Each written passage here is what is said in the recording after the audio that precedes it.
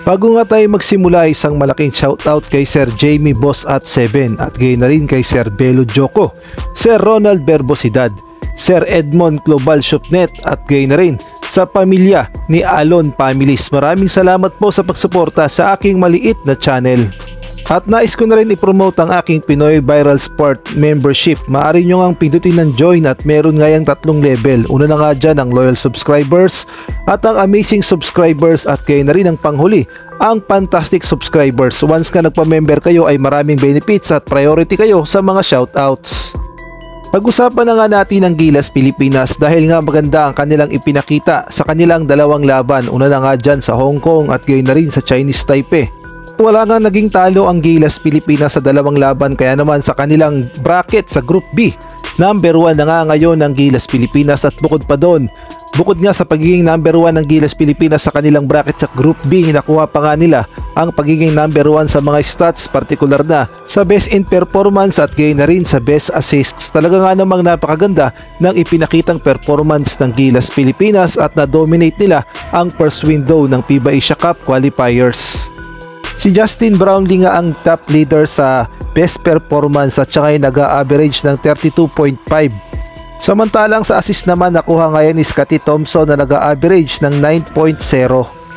Talaga nga namang dinominate ng todo ang ng Gilas Pilipinas ang first window ng FIBA Asia Cup qualifiers at partida. Wala pa nga silang masyadong practice dahil sa pagkakaalam ko ay kulang-kulang 1 linggo lamang ang naging preparation ng Gilas Pilipinas para sa first window. Ngunit napakaganda ng naging resulta pagdating na sa team chemistry, good ball movement at gayon na rin yung mga players ay ganadong-ganado at lahat ata ay top performers at lahat ay umiskor at umambag sa Gilas Pilipinas. At ang maganda pa dyan, napansin ang Gilas Pilipinas internationally, partikular na ng mga powerhouse na mga European team dahil ayon na rin mismo kay Coach Tim Cone ay inimbitahan nga ang Gilas Pilipinas para sa isang tune-up game kagaya na lamang ng bansang Lithuania, Slovenia at gayon na rin ng Czech Republic.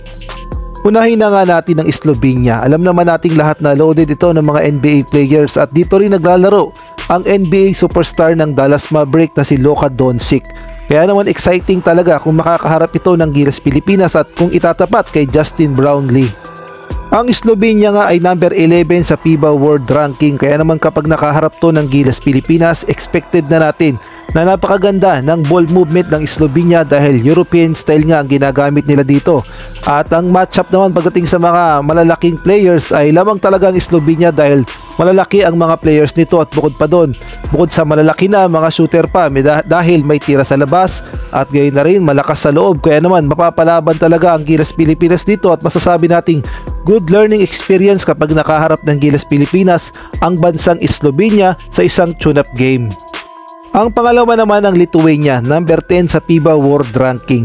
Kung atin ngang babalikan ang FIBA World Cup kung saan dito nga ginanap sa Pilipinas ang hosting ng FIBA at alam nating lahat na si Coach Chot Reyes ay naghahanap nga ng pwedeng maka-tune up at napunta nga sila sa bansang Lithuania. Kaya nga lang ang problema, ang Lithuania men's national team ay ayaw ngang labanan ng Gilas Pilipinas noon at ang pinalaban nga nila sa mga Gilas players natin ay yung under 21 nila at under 17, kaya naman parang nakakahiya naman dahil mukhang hindi nagtitiwala sa lakas ng Gilas Pilipinas na pang World Cup ang national team ng Lithuania. Kaya naman nakakagulat ngayon dahil sila na mismo ang nag-imbita sa ating Gilas Pilipinas na makipag-tune up sa kanila. Kumbaga siguro na-realize nila na naiba ng sistema, naiba ng pamamalakad, naiba ng coach at nakita nila yung performance ng Gilas Pilipinas sa SEA Games, sa Asian Games at gayon na rin dito sa first window ng FIBA Asia Cup qualifiers, kaya naman ginanahan ang mga Lithuania na makatune up ang Gilas Pilipinas.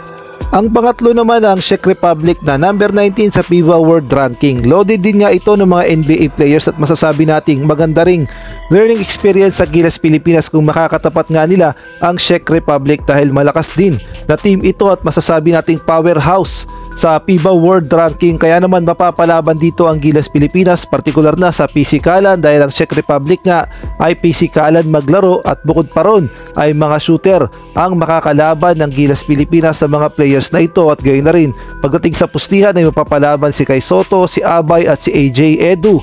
Kaya naman napakaganda talaga kung magkakaroon ng tune-up game ang Gilas Pilipinas kontra nga dito sa Czech Republic. Nalalapit na nga ang Paris 2024 Olympics, kaya naman ang mga European team na kasama sa Olympics ay naghahanap na nga ng ka-tune-up upang makondisyon sa Olympics. Samantalang ito naman ang schedule ng mga laban ng Gilas Pilipinas, partikular na sa second window ng FIBA Asia Cup Qualifiers, November 21 versus New Zealand, November 24 versus Hong Kong, February 25, 2025 versus Chinese Taipei, at February 23, 2025 versus New Zealand. Magkakaroon din ng FIBA Asia Cup 3x3 sa March 27 hanggang 31 at magkakaroon din ng FIBA Under-17 FIBA World Cup sa June 29 hanggang July 7, 2024. At ang Olympic Qualifying Tournament naman ay sa July 3, 2024 kontra nga sa Latvia at July 4, 2024 kontra naman sa Georgia. Samantalang sa mga big man naman natin na kagaya ni AJ Edo at itong si Junmar Fajardo at partikular na itong si Kai Sotto na marami nga nagsasabi na tila ba biglang nag-evolve ang kanyang laro at biglang lumabas ang totoong galing ni Kai Sotto under coach Tim Cone. Masasabi nga nating napakaganda ng performance ni Kai Sotto sa FIBA Asia Cup Qualifiers first window, kagaya na lamang sa naging laban sa Hong Kong at dito nga sa naging laban sa Chinese Taipei, kung saan ipinakita ni Kai Sotto ang kanyang galing sa opensa, sa depensa at gain na rin sa scoring. Masasabi nga natin ganado talaga maglaro itong si Kai Sotto at masasabi din natin gustong gusto niya ang management ni Coach Tim Cone, kaya naman kitang kita sa kanyang mga galaw na para na siyang NBA. Ang sabi nga ni Kai Sotto, saktong-sakto yung sistema ni Coach Tim Cone para sa kanya at komportable daw siya sa sistema ni Coach Tim Cone. At si Kai Sotto naman ay pinuri nga ni Coach Tim Cone at sabi nga ni Coach Tim Cone, si Kai Sotto raw ay magdo-dominate ng Asia. Sa mga nagtatanong naman kung ano na nga ba ang status ng ating kababayang si Jordan Clarkson pagdating sa Gilas Pilipinas, kung magagamit pa ba siya sa mga FIBA Games at gayon na rin sa Olympic Qualifiers, ang sagot nga dyan ay hindi pa alam dahil alam naman natin na under new management na nga at si Coach Tim Cone ang humahawak at alam din nating lahat na paborito talaga ni Coach Tim Cone ay itong si Justin Brownlee, kaya naman questionable talaga ang status ni Jordan Clarkson sa Gilas Pilipinas. At kumpirmado na nga sa mga kumakalat na video ni Jamie Malonzo kung saan nabugbog nga siya. Totoo pala yon at legit na si Jamie Malonzo pala yung nabugbog at humingi na nga ng pasensya si Jamie Malonzo sa pangyayari dahil hindi nga siya nakapaglaro kontra sa Chinese Taipei. Sabi nga ni Jamie Malonzo ay nabigla lang daw ang lahat at humihingi daw siya ng patawad dahil nga sa nangyaring iskandalo na ginawa niya. Kaya naman humingi na ng patawad itong si Jamie Malonzo sa Gilas Pilipinas, sa PBA at gayon na rin kay Commissioner Willie Marshall. At kahit nga sa mga Gilas fans at gayon na rin sa Barangay Ginebra fans ay humihingi nga ng patawad si Jamie Malonzo sa iskandalong ginawa niya.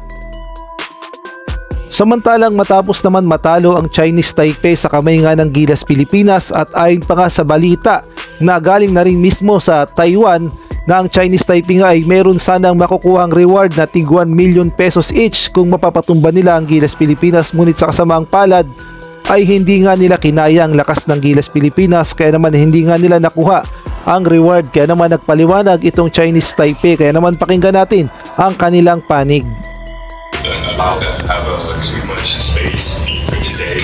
I think that's the point why we lost a lot of points from that. I think that's the most points we down from that part, and we just hope we can fix up and just improve about this problem and back to next game. Any more questions?